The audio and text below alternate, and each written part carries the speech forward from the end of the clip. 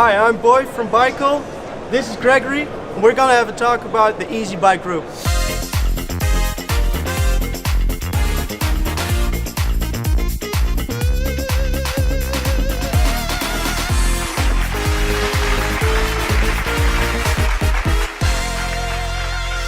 Today we have a special guest, Gregory. He's from Paris and he's the CEO of EasyBikeGroup. Nice to meet you. Nice to meet you. How are you doing? Good. Nice show and having some good time and probably some good contacts also to develop. Let's hope so. That would be great. You are from Paris, aren't you? Yes.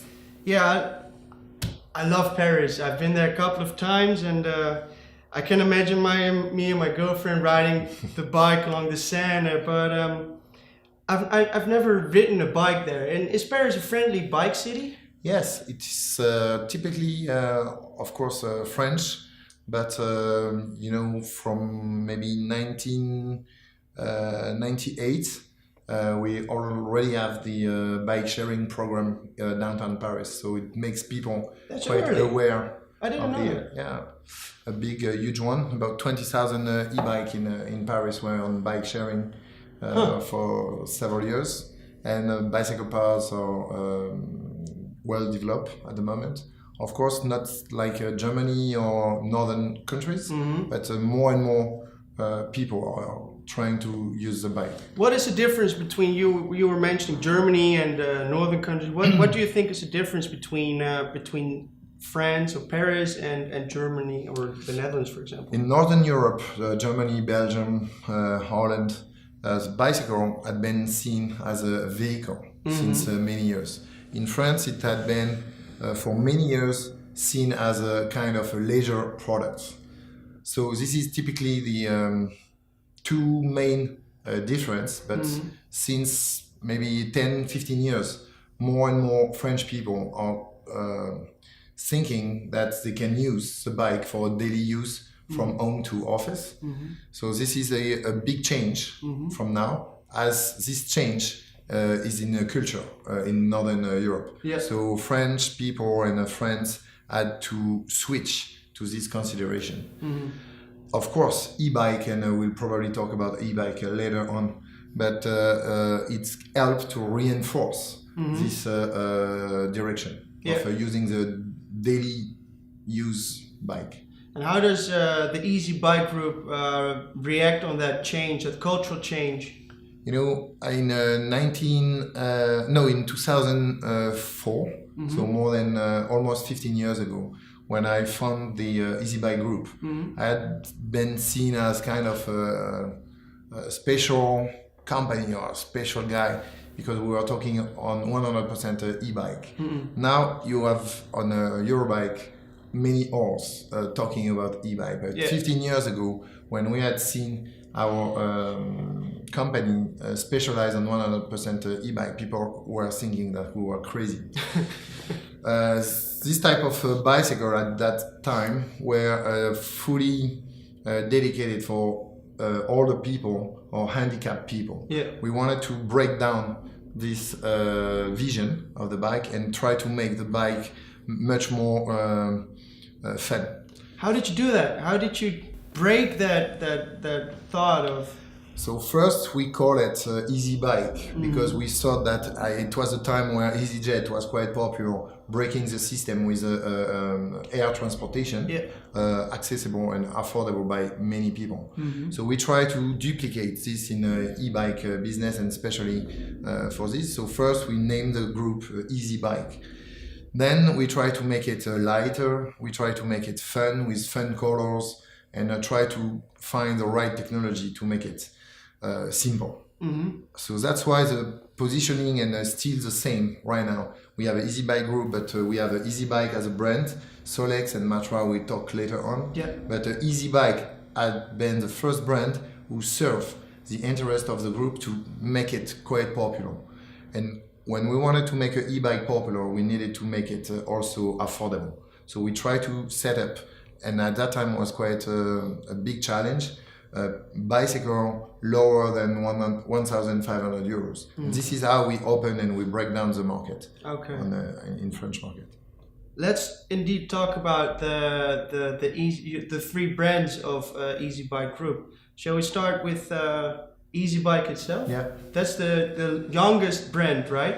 Actually, it's in terms of brand existence, it's the youngest one. It's a 15 years older brand. Yeah. Fully dedicated since the beginning to e-bike. This is how we started in France with the e-bike market.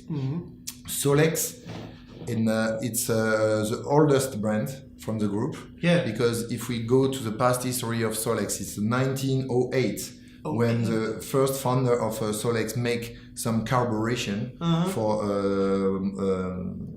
automotive. Yeah. And in 1946, so just after World War II, this is when Solex made the first two wheels bike powered by a motor. So you were way ahead of time back in 1908. Yes, and 1946. That's over 100 years. That's 1946. It's still more than 75 years, so it's quite nice. But a particularity with Solex, and I was talking with this morning about Solex with one guy, and he said, "Yeah, I remember Solex, but Solex always been a bicycle powered by a motor." And in 1946, it was a bicycle where we were pedaling, and they had a gasoline motor in the front. Now we change to the e-bike, but it's still a bicycle powered by a motor. Yeah, the principle is exactly the same. So that's why Solex for us is really a big milestone for our development and our strategy. And as it's an older brand, we keep the Solex brand on a lifestyle positioning. Matra, it's also an old brand, but established in the 1964. Matra is much more based on the technology, sport, and performance. Before doing an e-bike, Matra was doing automotive, racing car. It had been giving birth to the aircraft company EADS, the merge between a French and a German company. It's also been developed by the Matra group. Matra used to do some missiles, some airplane, some cars. It was a big conglomerate.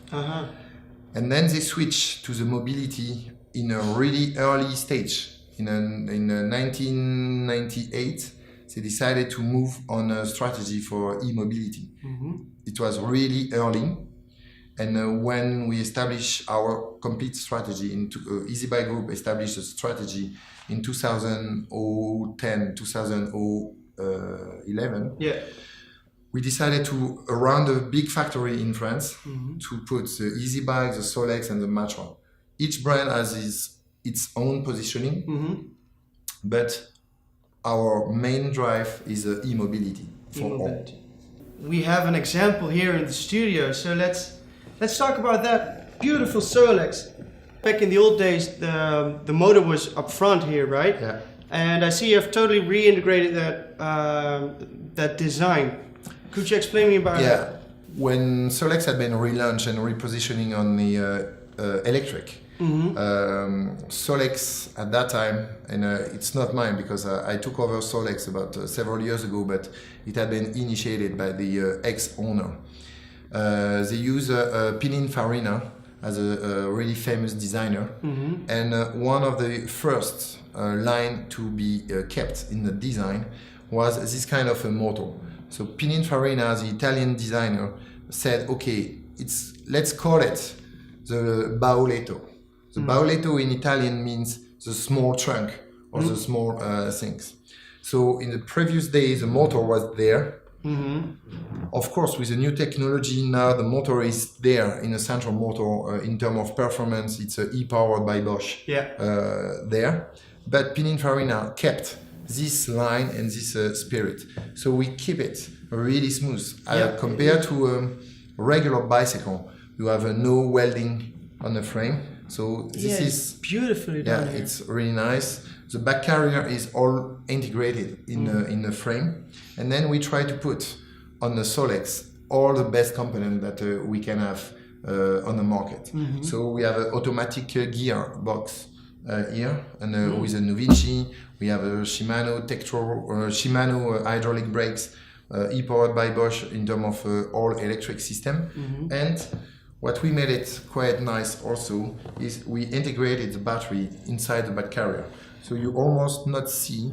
I was just about to ask, where is the battery? But it's the battery is in the back carrier, and to access to the back carrier, you have this light that goes down, and then you can put up the battery. Ah, that's awesome. I like that. So this is, in terms of a design, this product is quite well made. So, and we needed also to make it simple. So it's still an e-bike, but with a design. The color is the old color from the past. So we have a different light other colors, but the main frame is black, and then we use here brown or red. But we try to keep the original test. Classy, yeah. So on your website you said we want to innovate, but without forgetting our heritage. And that's what I see in this bike. Yes, and it's quite funny because when you present the bike on the different shows, and Solex is quite well known, you can have the grandfather, you can have the parents, you can have the grandson, and everyone knows Solex, or everyone had a story of a Solex. At least in France, in each family has a story with a Solex. My grandparents, my parents, my uncle. So everybody has a story with a Solex. So what we want to let enter in the family is a Solex, but with a new style, with an e-mobility spirit. So you keep continuing that story that also the next generations can say we had something with Solex. We didn't invent anything from the ex-Solex owner in the past, because after World War II in 1946, Solex invent the mobility from countryside to city to go to work. Solex had been the first 2 wheels, light 2 wheels for common, not a motorcycle, first cyclomotor. So Solex had been the first one. So, and Solex invent the mobility, and if you look at the commercial at that time, it's exactly the commercial that you can bring back today with the electric, of course, but it's the same topic, same message, same usage. Same feel. Make it easy to go from point A to point B. That's funny, because you're saying now that is actually functional, but the French didn't see the bike as a functional thing, but only a leisure thing. So, but Solex again was ahead of time, actually. Exactly. So this is our main bet for the market, is try to make it popular. With the Solex, we want to make it popular. And you know, during the 30 to 40 years where Solex was on sale on the market, Solex sold more than 7 million units worldwide. 7 million units is just huge. So it's just huge. We probably not sell so much, but we want to make it for everyone. So that's why here you have let's say the more classical bike. But Solex, we also develop a folding bike. We develop a SUV bike for men and cities. We develop some trekking bike. We try to have a usage for all. But the main classical one will be this one. So this is the flagship of Solex. This is the flagship. And how do you see the future of EasyBikeGroup and? So EasyBikeGroup has one strategy. You know, the e-bike market is moving, and is moving quite fast. And we had shown to the market during the past, let's say, 5 to 6 years. EasyBikeGroup main goal is to concentrate different know-how around the mobility about the e-bike, and different brands around this. So EasyBike, in terms of positioning, is kind of an accessible bike for all, good price value. Solex is kind of a lifestyle, and Matra is much more kind of a technology, sport, performance. We were the first one in Eurobike. I don't know if you visited 3 years ago, but we were the first one to present some race carbon e-bike. race carbon e-bikes, and now you see them coming. And now it's coming. Our main ambassador on the Matra is a French champion, Thomas Bicle, that was even riding the Tour de France last year. He got retired, 38 years old, and now he's riding this. He's a kind of ambassador for us. Work with a lab R&D team in order to develop. And today he cannot be there because he's also kind of a French speaker for the Tour de France that had started yesterday. Have you seen it? Have you seen the first? I've seen the first day, and I've talked to Thomas last night also, and it was his first experience after he got retired. So he's on motorcycle, but he followed all the tour, the French tour for the next 25 days. So, but it's kind of fun to also walk with those people who 10 years ago were thinking that the e-bike were for probably grandfather, grandparents, and so on. Now he's 38 years old, and he's getting some pleasure to ride it, thinking that he's only 22 years old because he still has a good pace to pedal. So he's thinking about becoming a pro again. But it's funny because this show just can show you that the market is really wide. If we were talking about the mountain bike industry of, let's say, 7 years ago or 8 years ago, main brand on a mountain bike were thinking that the e-bike was not for them. Now, e-bike, mountain bike for these brands is more than 50% of their range. Especially in Germany, it's crazy. All those people riding on e-bike. My guess and my bet is, I think in the next 5 years, 25 to 30% of the market will be electric. And each category of the brand, each segment will represent about 30% with e-bike, which is huge. That is huge, yes. Talking about the future, we are here at Eurobike, and Eurobike has made some changes. The date, for example, used to be end of August, now it's July. We have a new look and feel. What is your take about it? If as an exhibitor, for us, think about it. Eurobike is kind of a meeting point, the yearly meeting point. So for all industry, Eurobike is a main exhibition where we need to attend and we need to visit and we do business and we see suppliers, and so for us it's kind of a big meeting point. Change between end of August to beginning of July makes Eurobike even better because it's the first show where brands will show up their new model and new stuff and so on. This year is kind of a little bit unusual because all the brands are not ready with all the prototype, with all the show bike because of beginning of July. But in the next years, I think everybody will be set up in order to make it Eurobike even bigger than this year. And it's a good first start of the season. All right. Thanks for that. Last question. I saved the last for best. It's not an easy one, but imagine if nothing is easy in nothing e-bike. is easy. Exactly. If you could change the industry, our e-mobility industry, yourself, how would you do that? It's not an easy one, but it's our day-to-day business. Yeah, I know. Because, when we entered the market 15 years ago, it was kind of unusual to see an e-bike. We had focus, and we still focus, and we will be concentrated for the next years on be 100% e-bike. The main job for us is to understand the market and where the market will go. We had been talking in the beginning of the show about the Paris with the bike sharing program with a station and so on. Now you had seen for the last 2 years that free floating is a new style of using a bike. So we need to anticipate. So anticipation is one of the main points we need to focus on. Then we also usage is one, and the second is a technology. We need to be in advance in terms of technology, so we need to keep really close contact with industrial and with, for example, power system company.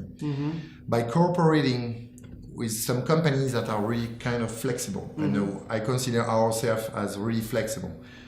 But with the power of a big industry, such as a Bosch or such as some institutional who want to be actor of the e-mobility, I think we can do and we can make some great things and change of usage. So this is how I see we can change, is by also merging or by cooperating some small flexible company with a company larger with more power, and the combination of the two can make a quite big success. Thank you for that. Thank you. Thank you for the interview and for the great time. Thank you. Really. Thank you. Bye bye.